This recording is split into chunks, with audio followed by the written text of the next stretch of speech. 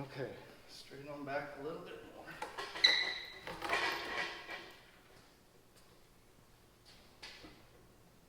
All right, this is the part that's really a little too high.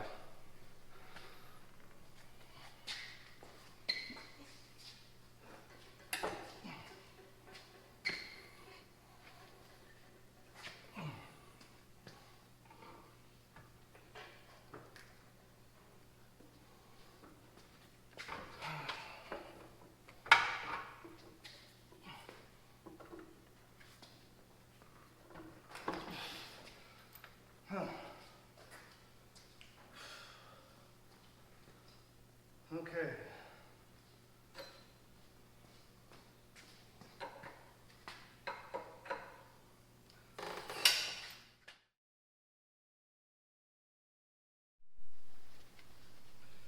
All right, guys, so after a great deal of sweating, swearing, and words that I had to edit out,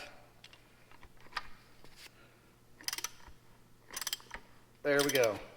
She is almost snug up to the bell housing.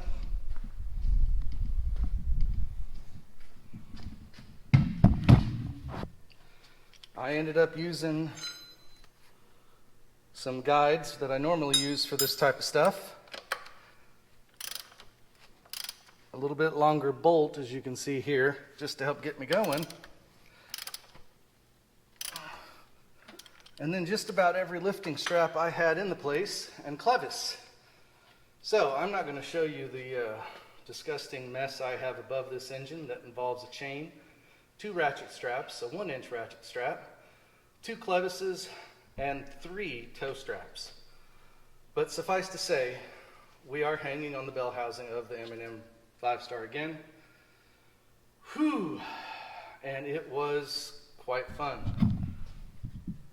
You can see the bottom half of it, but I'm not proud of how that thing went in there at all. And if it hadn't been for a little luck, I would have been in a world of trouble. I also remembered, as is the trick with many of these, to make sure that my engine turns over as I tighten it up. So we are good to go on that part. Everything spins, 2 bolts are in. I'm going to clean up this big mess and then bring you back when it's a little more presentable.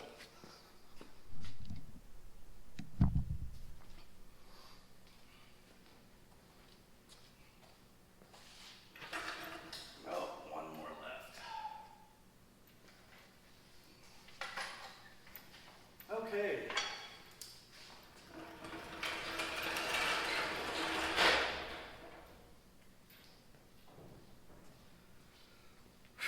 There we go, gentlemen. We are all bolted up. I'm going to take a minute and just run in a couple of these.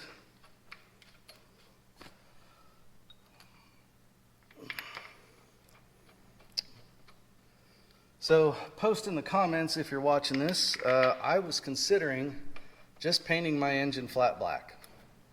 I know it doesn't match the patina on my tractor, but I don't think I'm going to be able to get anywhere close to that. So I thought if I just gave it a nice coat of flat black, it could end up looking fairly decent. By all means, feel free to let me know. I would like to match that yellow, but so far what I've found is a wonderful school bus yellow, cat yellow, and John Deere yellow. That is about all I've got for options to try to paint this, because I don't remember who I bought that gallon of paint off. And regrettably, I didn't write down the code. So that one's on me. All right. Okay. Let's just continue right around here, get some more of these in. Oh, try not to make you sick while we're at this. Ooh, boy. I will feel a lot better when I've got several of these bolts in. That engine can hang there while I paint it. I got an oil filter on the way. I was told this is a pretty good running engine, so I'm not going to mess with the carburetor. I'm going to try to change my oil, put some good plugs and wires on it, see what she'll do, and go from there. And if I need to clean the carburetor, I need to clean the carburetor. That's kind of minor, but maybe we'll get lucky and she'll run halfway decent. Good.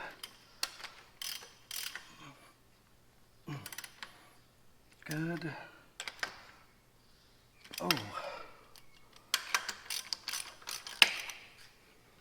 Oh, come on.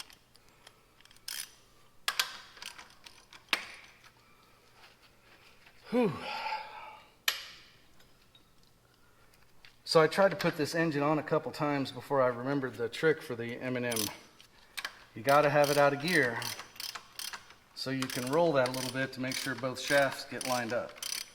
And once I remembered that, it only took a couple more tries and I had her lined up and she slid on there far enough for me to get a bolt in. Oh man, I need to replace that ratchet. Okay.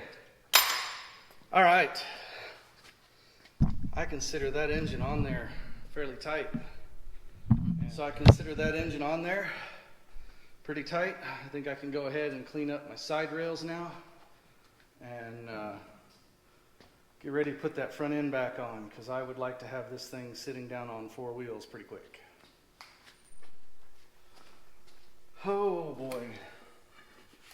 You know, they didn't make these out of lightweight metal.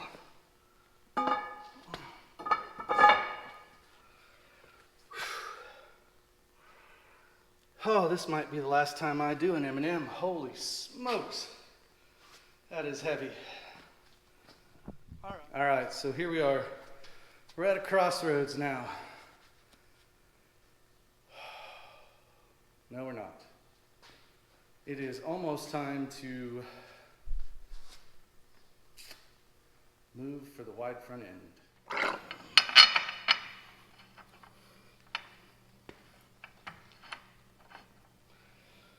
Really? You want to be that way?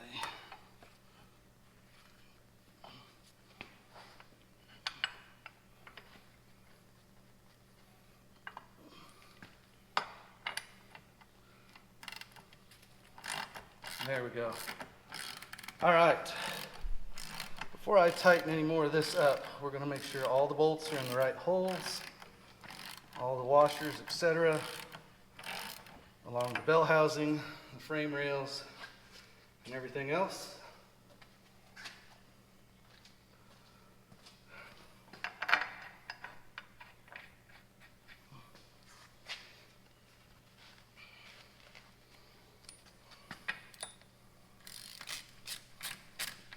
And then we'll get the Ugga machine out. Let's see if we can just straighten this wheel. Oh, there we go. Yeah, there we go.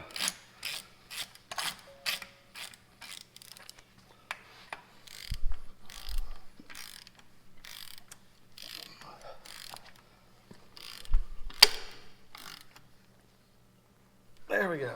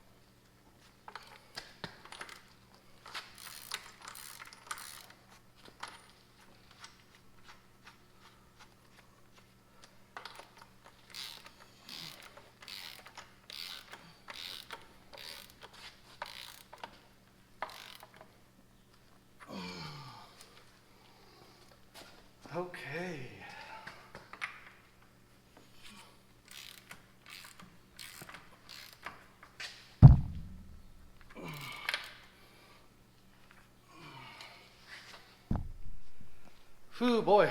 All right, guys, so brought you back for the final moment here. It is going to be back on all 4 of its own tires. So the first thing we're going to do, take it up a little bit.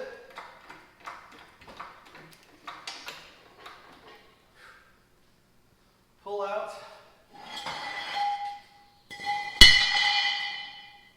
our brace and the big reveal.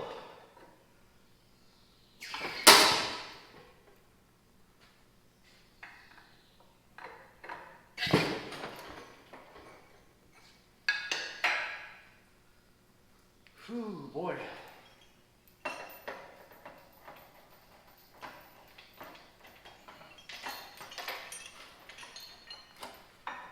Again, I thought I had plenty of hooks and straps and everything for lifting this engine.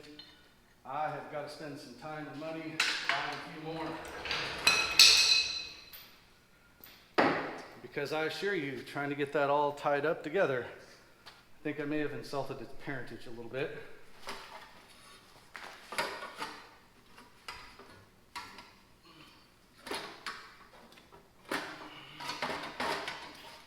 There we go. Get that out of there. Get that out of there.